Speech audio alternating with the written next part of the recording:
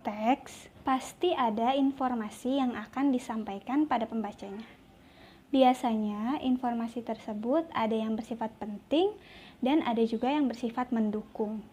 Nah, informasi penting inilah yang biasanya dicari atau menjadi alasan mengapa seseorang membaca suatu teks, yaitu untuk mendapatkan informasi penting di dalamnya agar dapat lebih mengerti tentang apa yang sedang dibahas dalam teks tersebut. Untuk mendapatkan informasi tersebut, berikut adalah langkah-langkah yang harus kita lakukan. Yang pertama adalah membaca dan mendengarkan teks dengan seksama. Jadi, teks tersebut harus dibaca secara teliti dan benar-benar dipahami maksud dan isi dari teks tersebut. Yang kedua adalah menentukan topik yang dibicarakan dalam teks tersebut. Pasti kalian masih bingung ya, apa yang dimaksud dengan topik. Nanti kita akan bahas secara terpisah apa itu topik. Yang ketiga adalah menentukan informasi penting dari tiap-tiap paragraf atau mencari ide pokok dari paragraf tersebut.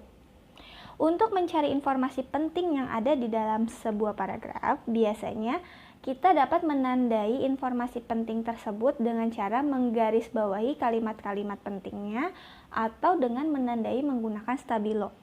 Sedangkan untuk mencari ide pokoknya, biasanya kita mencari inti dari apa yang dibicarakan dalam paragraf tersebut atau mencari kata-kata yang sering muncul dalam paragraf tersebut. Nah, langkah-langkah itu merupakan cara untuk mencari informasi penting yang ada di dalam sebuah teks eksplanasi ilmiah. Nah, pada slide sebelumnya, Bu Rere sempat menyebutkan kata topik. Apa sih sebenarnya yang dimaksud dengan topik itu? Mari kita bahas bersama-sama ya. Topik adalah tema atau bahasan utama yang terdapat dalam teks eksplanasi ilmiah. Topik biasanya menggambarkan secara umum apa yang sedang dibahas dalam teks tersebut.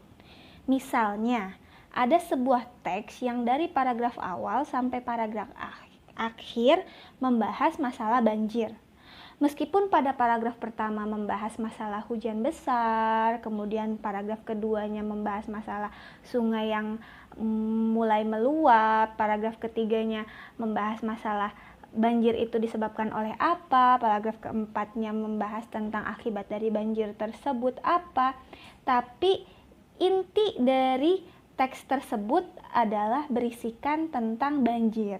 Maka topik dari teks tersebut adalah banjir, karena dari awal paragraf sampai akhir paragraf yang dibahas adalah tentang banjir. Kemudian muncullah pertanyaan, Bu, apakah topik dan judul itu sama? Jawabannya adalah berbeda. Topik pasti berisikan inti dari apa yang dibahas dalam sebuah teks. Jadi, topik menggambarkan isi teks tersebut. Tapi judul belum tentu menggambarkan isi teks. Mungkin kalian pernah menemukan judul buku yang tidak menggambarkan isi dari buku tersebut. Atau bahkan ada artikel dalam koran yang judulnya tidak menggambarkan isi artikel tersebut. Mengapa hal itu bisa terjadi?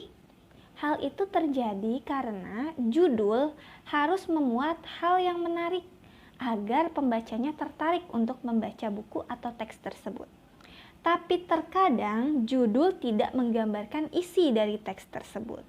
Berbeda dengan topik yang memang merupakan gambaran umum tentang apa yang dibahas dalam teks tersebut.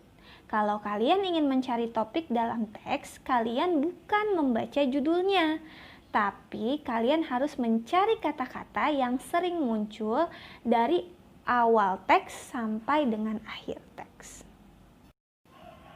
Penjelasan selanjutnya adalah mengenai deretan penjelas. Deretan penjelas biasanya berisikan informasi tambahan sebagai pendukung informasi utama dalam teks eksplanasi ilmiah. Deretan penjelas ini biasanya terdapat di paragraf kedua dan seterusnya.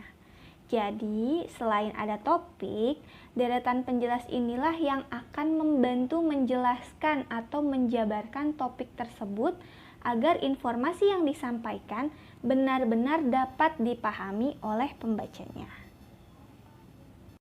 Sekian penjelasan dari Bu Rere, semoga penjelasan ini dapat menambah